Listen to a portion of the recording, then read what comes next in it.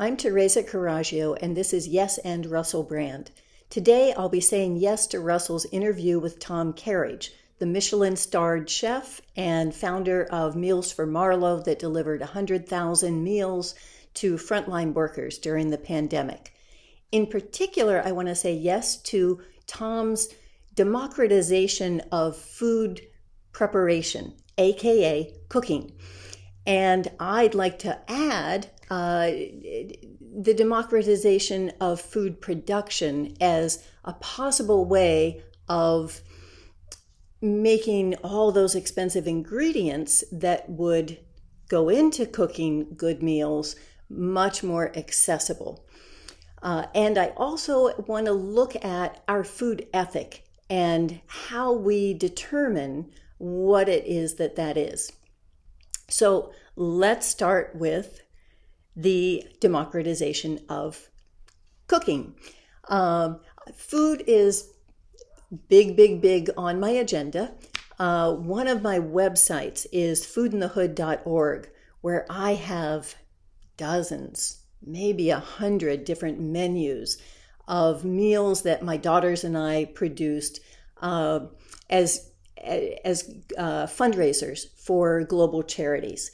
People would come, they would eat whatever they wanted, and then they would just donate whatever they wanted to a cause that we would present. And it was always something global, from Western sawaris to Latin America to Haiti. And so that was a really wonderful thing, and it gave a way of really bringing people together and introducing different causes in a way that didn't put them on the defensive, because once they had participated, that made them all on the same side. And it was really a wonderful thing. So I've become much more known for my cooking than for my ideas, which is setting a pretty low bar.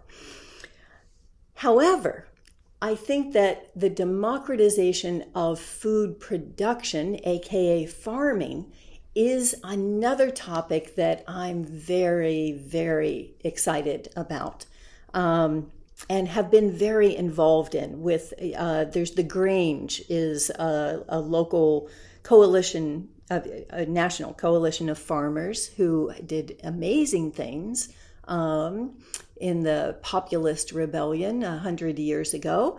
And so being close to my local farmers has been a really important thing to me.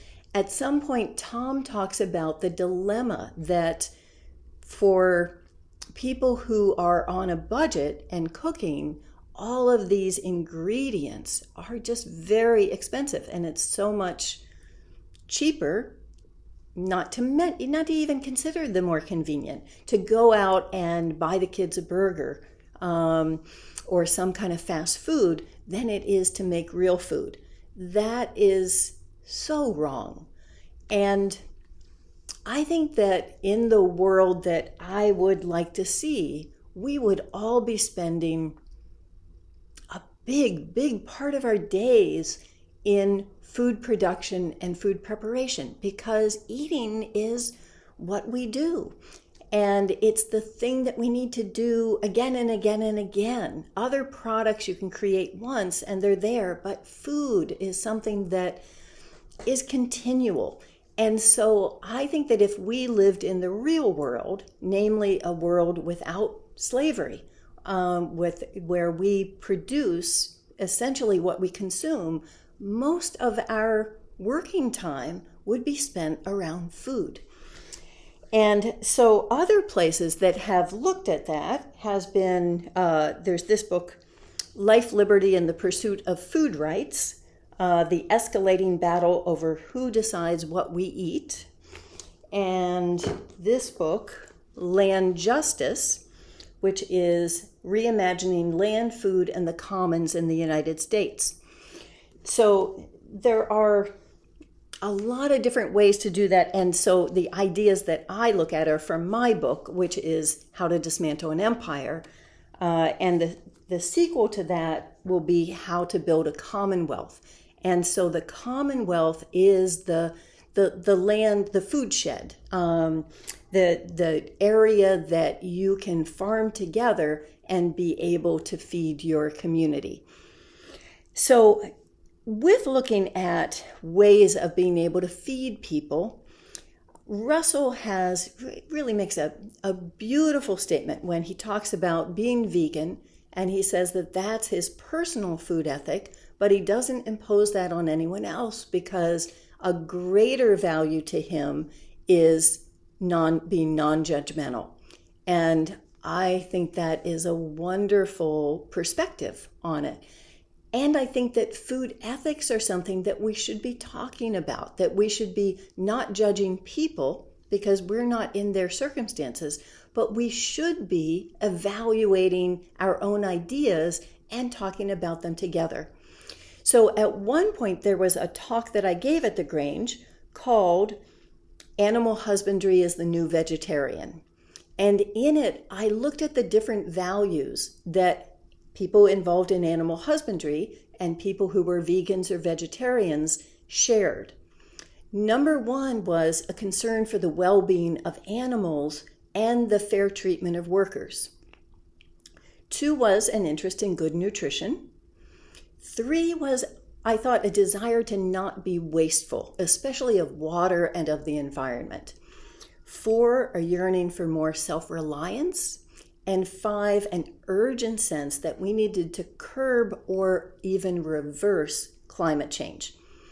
So I looked at those 5 issues and how those values were met by animal husbandry in particular. And so the first one I look is the concern for well-being of animals. Now, we are all against CAFOs. CAFOs are container animal feeding organizations. And those are the most horrific things that can be imagined. It's torture. It's torture of animals. And so people who are spending their lives nurturing and raising animals for food are absolutely opposed to that kind of treatment of not just the animals, bad enough as that is, but also of the workers who are subjected to having to be in those kinds of environments. And one of the things we know in the pandemic is that those were the workers where they were spreading the virus like crazy because of the conditions, and they weren't allowed to close. The states couldn't even close them down, even though the towns were insisting on it. So we know that those are supported because they are profitable and because there are so many different ways that that's intertwined with government. So we vegetarians and animal husbandry people should be working together to be able to close those down, not, I think, turning on each other, because it's a lot easier to pick on the, small poultry producer down the street than it is to try to get in and film a CAFO, which is now illegal. If you pretend to be a worker and shoot footage inside one of these CAFOs, you will be arrested and sent to prison. So the second I'd look at is an interest in good nutrition. Now, a book that really made a big impression on me, because I don't think there's anything more powerful than a person who's changed their mind, is this one called The Vegetarian Myth by Lear Keith. In it, she talks about having been a vegan for 20 years. And she gives a beautiful statement for what led her to be a vegan. This feeling of desperately needing to not be a part of the violence that's going on, and a need to really change the world and to put herself on the line and her values and just this this deep longing to make a difference, that she talks about touching on the spiritual, and that being something that she still has, that just motivated her for her whole life. But the conclusion that she came to is that vegetarians have been duped, is her term. And she has 5 different areas that she writes about. She writes about moral vegetarians, political vegetarians, nutritional vegetarians, and to save the world. 4. And in each of those areas, she goes through the thinking that she had. And the one on nutrition was very moving, because she looks at how harmful that was to her health and all the struggles that she had. And so I'll go into more depth on that in another show. And then looking at the desire to not be wasteful. I think that at some point Russell talks about how, his wife eats meat and his kids are vegetarian. And I find that one of the hardest things about having these different food ethics is that it's made eating together in community in a way that is not wasteful really difficult. Because being in animal husbandry, I am into whole hog. You use every part. You do the bone broth. You do you use everything. And so when you are mixing these different ethics, what you end up having is what I call the boneless, skinless chicken breast mentality. And in my home, I used to call it also the princess mentality, because it was like, okay, just give me the best. Just give me the best that I don't have to really deal with very much. And let other people, have the rest. So I look at how do you incorporate everything? And one of the most important things I think are fats, that you can find other sources of protein, but finding fats that are not synthetic, that are not destructive, that's, I think, a really difficult thing. And our bodies need fats. Our brains are made of fat. I am always preaching the gospel of fat. So I think that that's an important thing for us to be cognizant of, that looking at waste. And I mentioned water as one of those areas. A while ago, there was this thing, Cowspiracy, that was talking about how all of the water was used to produce animals, to produce meat. But in that, it was calculating in the rainfall for wild forage on fields, which I think was really cheating. And there was one that even that site quoted that said that really for direct use of water, that cows only use 2%, that all livestock only uses 2% of all the water that's used in agriculture. So the water in agriculture is primarily for grains. Grains are not what animals were made to eat, and perhaps not what we were intended to eat. All of the destruction of the soil structure has come from plowing. The Dust Bowl was caused by planting these crops that are every year plowed back up, so that you're just throwing all that dirt back in the air, you're destroying all the organisms, and you're creating this topsoil that then just blows away because there's no roots that are kept to it. So now there are a lot of different people working on regenerative agriculture, which is the only way to reverse climate change. And what they say is that if you could add, it's such a small amount, something like 1.3% more organic matter to all of the agricultural farmland in the world down to a 1 foot depth, that it would take our carbon back to pre-industrial levels. Because that carbon, what that does is that it pulls the CO2, that's what plants do. They pull CO2 from the air, and they plant it deep in the ground where it becomes the basis of the whole carbon cycle that produces food. And then they produce oxygen.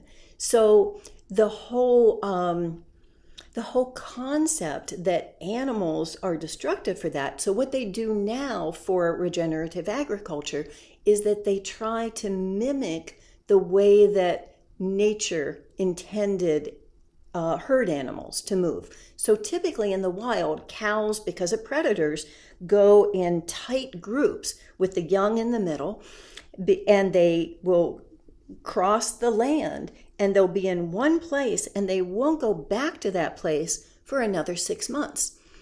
And so what farmers do now is that they will use fencing, electric fencing, and they move it, as they call, to a new salad bowl twice a day. So the cows will trample the ground, they'll create deep pockets, they'll deposit manure in those pockets, and they'll eat everything.